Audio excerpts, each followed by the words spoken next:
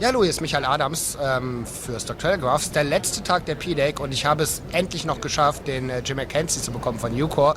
Ucore hatte ja wirklich eine bombastische Woche. Am Montag eine News-Release, die Sie sicherlich gesehen haben. Ansonsten verlinke ich die auch nochmal hier im Artikel.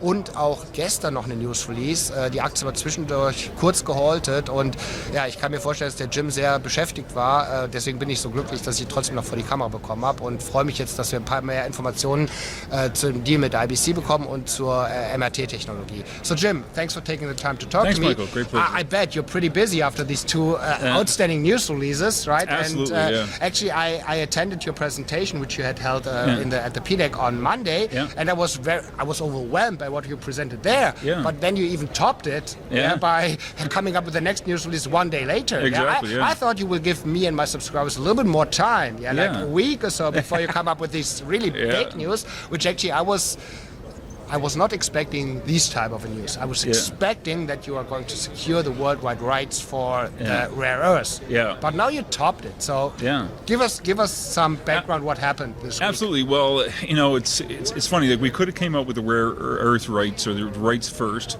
and then people would say, well, what do you have the rights to and what does it do? We elected to put out the utility of the product first and say, look, it has this amazing ability. It can refine metals to 99% purity, and then tell them that we have the rights to that. But what you're intimating here is that we have the rights not just to the rare earths, but to tailings remediation as well. Yeah. And not just tailings remediation or tailings processing for rare earths, but for any kind of metals. Right. And so that's kind of disruptive for the whole industry. It's massive because, there's tens of thousands, literally, if not hundreds of thousands of tailing sites the world over. And you already mentioned the oil sands, which you call the tar sands, but we learned it's a bad word, right? So the oil sands in Alberta, they have huge material in there which you can put to use. Absolutely. I mean, the oil sands are very rich in zircon, which has rare earths and various other byproducts. But the bottom line is, you have these hundreds of thousands of tailing sites the world over. Generally, they have materials resonant in those sites that are fairly valuable. But because the technology was not advanced at the time of the mining, they were unable to access those materials. So you might have a site, for instance, that has high-grade uranium that they were unable to unlock at the time of mining. You might have bismuth, you might have PGMs, you might have titanium, and so forth. So what this technology does is it takes pre-existing tailings and it can selectively and surgically go in and extract high-value metals from those tailings. Right. And it's almost, there's such a thing as recycling. It's a form of recycling, but it goes much beyond that because you really have access to ore-like product the world over, and it's just there for the taking. Okay, and the first investment is 2.9 million? Indeed. And 2.9 million basically gives us the world rights to rare earths and to tailings processing. Okay. And so that's much more than we could ever bite off in one mouthful anyway. That's right. And do you have the 2.9 million, do you have that in the tail, or will you get some funding for this too? Or is the government from Alaska also participating the there? government for Alaska, we can't guarantee these sort of things. We're working closely with them. We have a proposition in front of them to assist us with pilot plants and with scaling this thing up to industrial scale. The state of Alaska, as we already know, has spent fairly heavily, or has undertaken to spend fairly heavily in underwriting our mine. Our mine is about $200 million capex. My apologies. No worries. $200 million capex. About two-thirds of that is being paid for by the state of Alaska. Now, in the case of a refinery, I think the sky's the limit. As long as we're generating jobs in Southeast Alaska and creating good value there, I think they would be very interested in investing in a refinery. That's what Ken mentioned in his presentation on Monday, that you're trying to create in southern Alaska some kind of a facility, a hub. Yes, where indeed. you can. That's the plan. They call them industrial clusters. They've done it several times in Alaska, where they've done it with the petroleum business, where you latch on to a certain industry you think is a high growth industry, and you invest heavily in vertical and horizontal integration within that industry. So, in the case of rare earths, you have the mining aspect. You also have the aspect of refining. You have the ability to get into metals making, possibly even magnet making. There's recycling and so forth. So, we're we're no longer just looking at Bocan now. We're looking at the possibility of becoming a fully integrated stem to stern industry in Southeast Alaska that takes product out of the mine and refines it straight through to high value metals and ancillary products. And will this be like your counterparty at the state level? Will this be the same institution or agency as committed for the 145 million, or is that a different? It most likely would be, and there's no guarantees that the money's forthcoming yet. But the party that we'd be talking to would be ADA, which is the Alaska Industrial Development and Export Authority.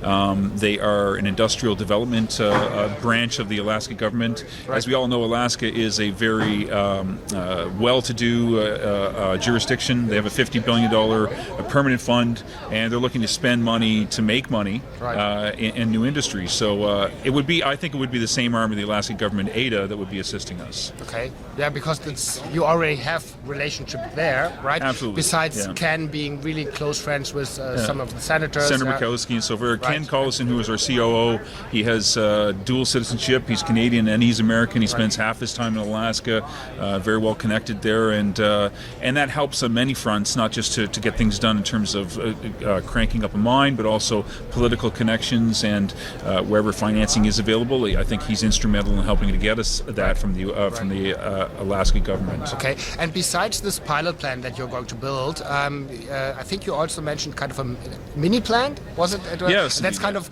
in my words, it's kind of a demonstration plant, which is like the size of a couple of tables probably, and this is to demonstrate to the general public first, but also probably to interested parties that the technology works, and so you definitely want to apply this technology outside of Ucore. Yeah, you will offer it to other participants, not only from the rare earth sector, but also to other producers, and you will take probably the license fee. And the next step, and we discussed that already, or actually I discussed that in January in Vancouver with Ken Collison in my interview, which I will put a link on in the description text of this video, that you might spin out this part of the business out of Ucore and make it kind of a Ucore MRT, whatever you call it.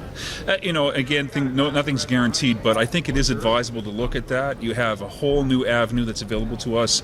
Ucore proper is Bocan Mountain, and it's a mine that we're developing that is the U.S.'s highest grade heavy rare earth mine, prospective mine, and we intend to bring that through to production. This new announcement we made this week really transforms Ucore from a prospective mining company into a technology company. And so if you're looking at a hub and spoke type model, there's so many spokes that have grown off of us now, or potential spokes, it's almost too much to speak of. But I think the idea is to have spin-off companies wherever they are warranted.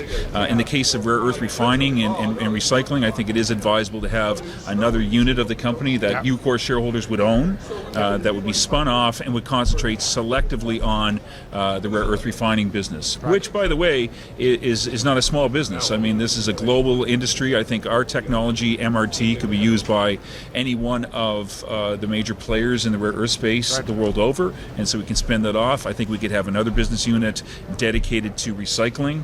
I think there's a possibility we can get into PGM extraction, catalytic converters, and so forth. And so the horizons are very broad, and we intend to look at individual business units for each of those opportunities. And just my 2 cents, and that's not what you said, but I think this technology business is way too big for the Canadian market. So if I would be wearing his hat, I would probably do a spin out and go to the NASDAQ. It's a US technology. The project is in the States, right? Even if this project won't be in there, but it's as you said, it's technology. So I mean, we've had more than a few people mention that to us, that a big board listing in the States. I thought I'm smart. Anyway. There's no doubt about that. And a big board listing in the States is something that we have looked at and will continue to look at. I mean, as I said a few seconds ago, the company is really morphing now from a mining play into a high-tech play. There's no secret that the U.S. market is very robust in terms of raising monies for high-tech type plays.